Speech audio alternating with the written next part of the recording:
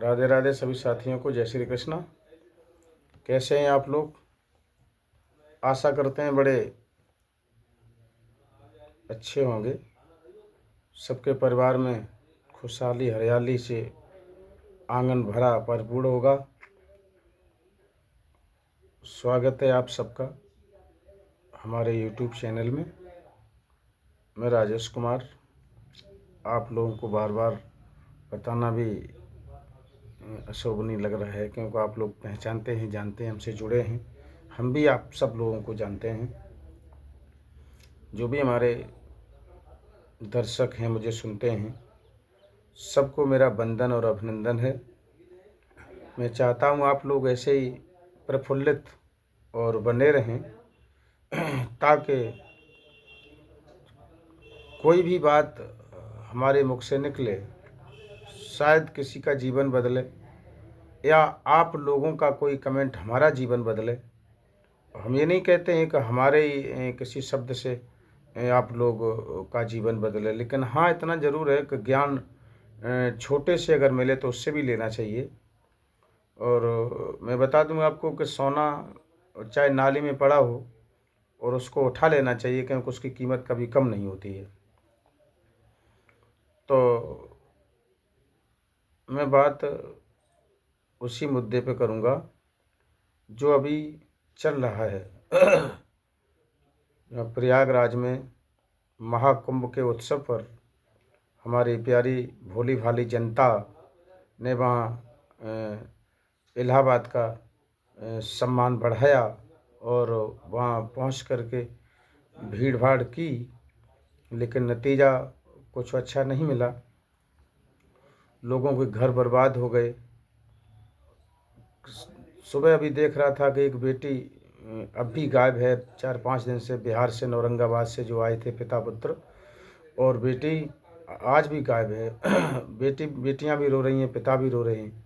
किसी का बच्चा किडनैपिंग में चला गया, कोई किसी का पता नहीं लगता। किसी ने अपनी माँ को खो दिया, किसी ने अपने पुत्र को खो दिया, किसी ने अपने भाई को खो दिया, किसी ने अपनी बहन को खो दिया।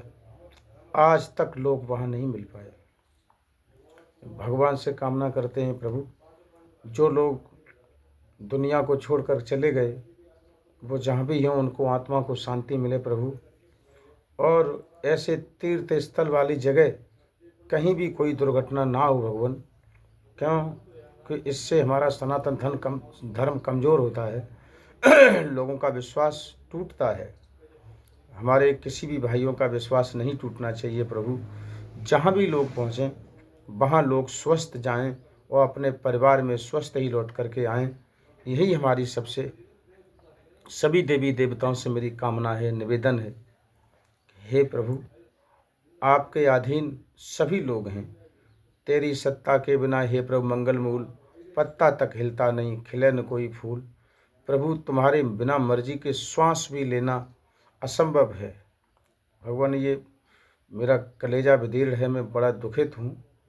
हालांकि न जाने वो बच्चे क्या बनते भविष्य में, न जाने जो माँ वहाँ जान दे बैठी उसके मन में क्या तमन्ना थी, क्या नहीं था। सब ऋषि संत मुनि जो भी हैं सब दुखी हैं। माननीय मुख्यमंत्री जी भी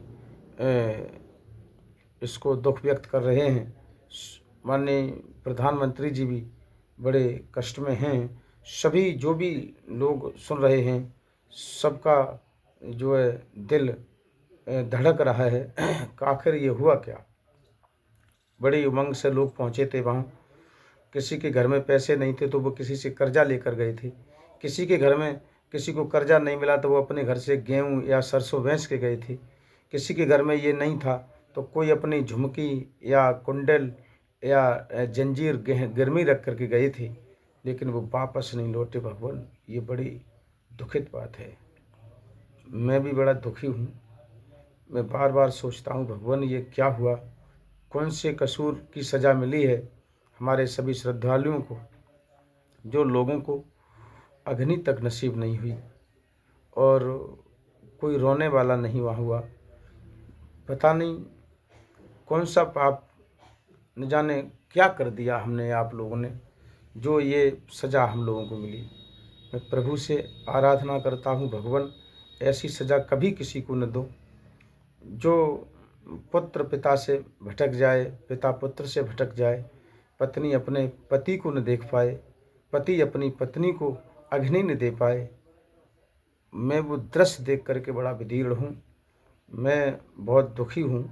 हे भगवान, ऐसा किसी के साथ घोर अन्याय न हो। भगवान, तुम पे ही दुनिया टिकी हुई है, तुम्हारे ही ऊपर विश्वास है। उसके बाद में वहाँ हमारे शास्त्री जी, धीरेन्द्र कृष्ण शास्त्री जी ने ये कहा है कि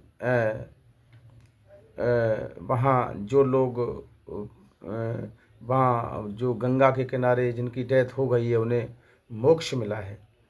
तो मैं शास्त्री जी से निवेदन करूँगा कि आपको आपके मुखारबिंद से ऐसे शब्द शोभा नहीं दे रहे हैं। 10-10 साल के 10-10 12-12 साल की बेटियां, 5-5 साल के बच्चे जिनकी अनावश्यक मृत्यु हो गई, क्या इनको मोक्ष मिला है? श्रीमान जी से निवेदन है, ऐसी बातें अगर आप लोग करेंगे, आप पर लाखों लोग विश्वास रखते हैं और आपके मुखारबिंद से ऐसी बात निकली, हम कभी सोच नहीं सकते थे कि आप ऐसी बात करेंगे। जहाँ जिसकी बेटी या बेटा या पुत्र या भाई चला गया, उसके घर पे जाके आप देखिए कोहराम मचा हुआ है। लोग रोटी की तो छोड़ो, पानी अपने मुंह से नहीं लगा रहे हैं। लेकिन आप कह रहे हैं कि मोक्ष मिला है। मोक्ष उसे मिलता है जो जिसकी उम्र पूर्ण हो और घर से खुशहाल हो, बच्चों का, परिवार का पूरा प्यार हो उसके ऊपर, उसकी मृत्यु हो, लोग विमान के साथ निकालें, दाह संस्कार करें, मानो उसे मोक्ष मिला है। ये तो बहुत निंदनीय, घोर निंदनीय बात, शब्द जो आपने कहा है, इसको वापस लेना चाहिए। और जनता ही हमारे आपके लिए सब कुछ है। दूसरी बात मैं ये भी कहूँगा, शास्त्री जी, आप तो लोगों के दिल में, रग रग में बसे हुए हैं और आपको तो सब मालूम है, क्योंकि आप इतनी लंबी चौड़ी भीड़ में पर्चा बना देते हैं कि ये फलाने हैं और ये भी बोल देते हैं कि तुम्हारे घर में ये हुआ है, ये हो जाएगा। तो महाराज जी से मेरा निवेदन है कि आप एक केवल पर्चा इन लोगों का बनाएं जो गुम हो गए हैं। आप एक सोशल मीडिया प्लेटफार्म पर आएं और सबका पर्चा बना बना के सबको जो गुम हो गए उनके घर तक पहुंचाएं। ये आपका काम है, सरकार की मदद हो जाएगी इसमें। आप प्रत्येक आदमी का पर्चा बना दें जो अभी तक नहीं मिला है, जो बेटियां नहीं मिली हैं, जो भाई नहीं मिले हैं, उनका पर्चा बनाएं और उन्हें देखें, अपनी शक्ति से देखें, योग शक्ति से देखें, योग माया से देखें कि वो लोग कहाँ हैं, कहाँ पर हैं, किस हाल में हैं, कैसे हैं, घर पहुंच जाएंगे या नहीं पहुंच जाएंगे। आप यूट्यूब प्लेटफार्म पर जाएं, आपके अंदर इतनी शक्ति है भगवान, आप ज़रूर बोलिएगा। आप जो लोग जिनकी मृत्यु हो गई है उनका भी पर्चा बनाएं कि उनकी मृत्यु कैसे हुई और क्यों मृत्यु हुई। और जो लोग गुमशुदा हैं, अभी बताते हैं 1500 लोग अभी गायब हैं, उनमें माताएं भी हैं, बहनें भी हैं, बेटियां भी हैं, उनका सबका पर्चा बनाओ। और आपको तो मालूम, आप तो घट घट के जानते हैं, तो आप सबका पर्चा बना के ये बताएं कि वो कहाँ हैं, किस हाल में हैं, और सबको अपने अपने घर पहुंचाएं, सरकार की मदद करें। और आप तो सब कुछ हैं, आप भगवान हैं, ईश्वर हैं, आप तो सभी सबको सबका पर्चा बना देते हैं, सब बता देते हैं।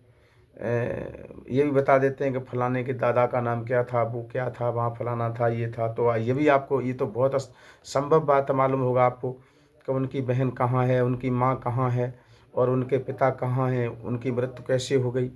ये जरूर करें। सभी साथियों को जय श्री राधे, राधे कृष्णा।